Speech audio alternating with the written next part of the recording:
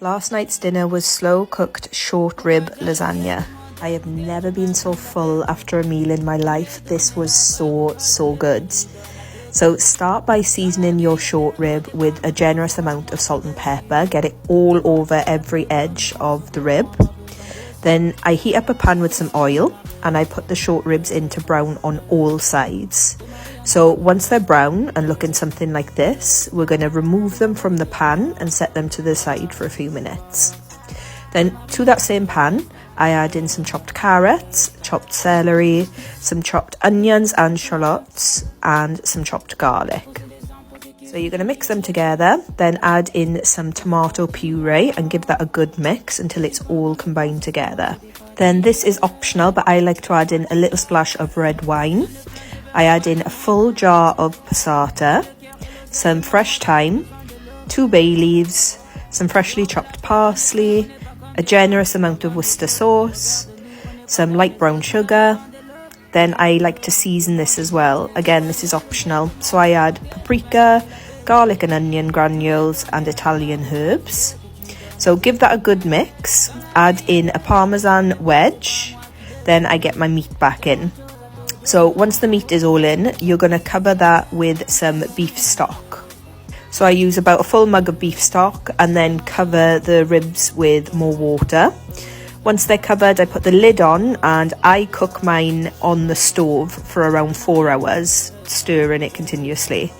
I also tried to cook my lasagna sheets in some oily water to stop them sticking together, but they still stuck together and ripped. So if you've got any tips on how to cook lasagna sheets, please let me know.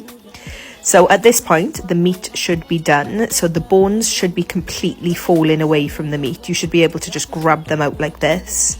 So we're going to get the meat into a bowl and then we're going to start to shred it. So I just take 2 forks and I just pull the meat apart. It should be so delicate and tender at this point, it's just falling apart anyway.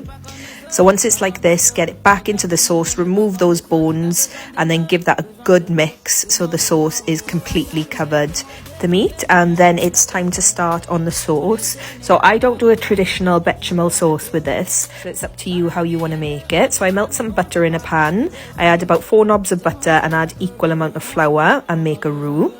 Then I pour in some milk and give that a mix. So you want to keep on stirring this until all the lumps are out and the sauce starts to thicken.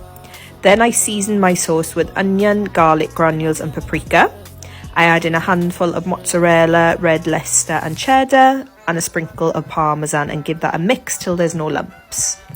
Then it's time to construct the lasagna. So the bottom layer I always start with the meat, then the sauce, and then I mix that all over the layer of meat until it's looking something along these lines. So then I layer up the lasagna sheets and just do that every time until you get to the top layer, which you're going to cover in cheese. So again, I use red Leicester, mozzarella and cheddar cheese. So I get that completely coated, get it into the oven at around 200 degrees for about 20 minutes, or just keep your eye on it until it's nice and golden on top. And then this is how it's looking. So when I plated mine up, I covered it in some Parmesan cheese, and this is how it was in the end. So you can see those beautiful layers stuffed with that short rib. Oh my God, it was so good. I'm drooling thinking about it now. I had mine with some garlic bread and used that to mop up all the extra short rib. Trust me, on a day you've got time to do it, this is one that you need to try.